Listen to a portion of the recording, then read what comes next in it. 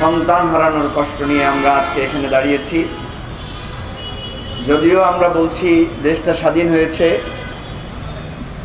যদিও আমরা বলছি দেশটা নতুন একটা জীবনে প্রবেশ করেছে, কিন্তু সেই জীবনটা আবু সাঈদের পরিবারে, মুগ্ধর পরিবারে, বা যেই সন্তান কোলে নিয়ে বাবা বারান্দায় দাঁড়িয়েছিলেন গুলি খেয়ে যার সন্তান মারা গিয়েছে, আমরা কেউ সেই কষ্টটা অনুভব করতে পারবো না।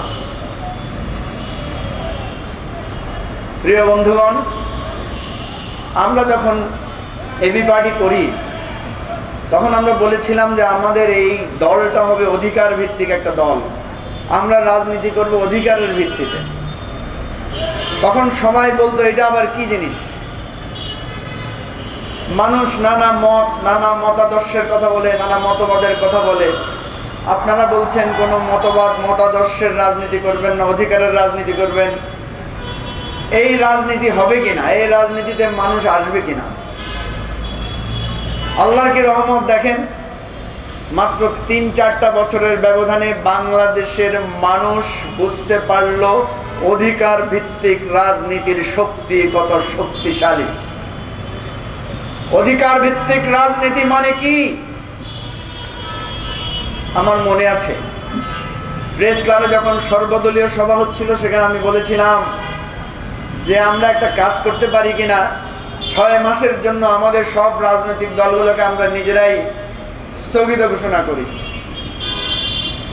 স্থগিত ঘোষণা করে আমাদের সব স্লোগান সাসপেন্ড থাকবে, দলীয় কোনো স্লোগান থাকবে না।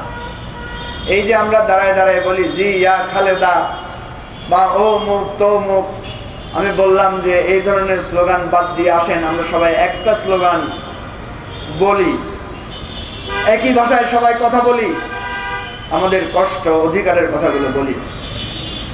সেদিনও আমি দেখেছি অনেক রাজনীতিবিদেরাও আমাদের সেই মুখের কথা ভাষা বুঝতে পারেন নাই।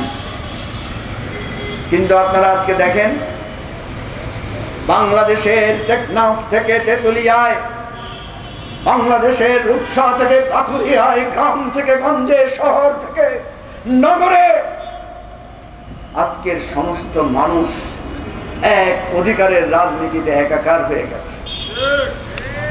আপনি দেখেন আবু সাঈদের বাড়িতে যায় নাই এমন কোন রাজনৈতিক দল কি আছে? আবু সাঈদের কি আদর্শ, মুগ্ধর ধর্মের পরিচয় কি? ধর্ম, বর্ণ, আদর্শ সব পরিচয় ম্লান হয়ে গেছে। একটা জায়গায় বৈষম্যের বিরুদ্ধে সবাই এক কাতারে এসে দাঁড়িয়েছে।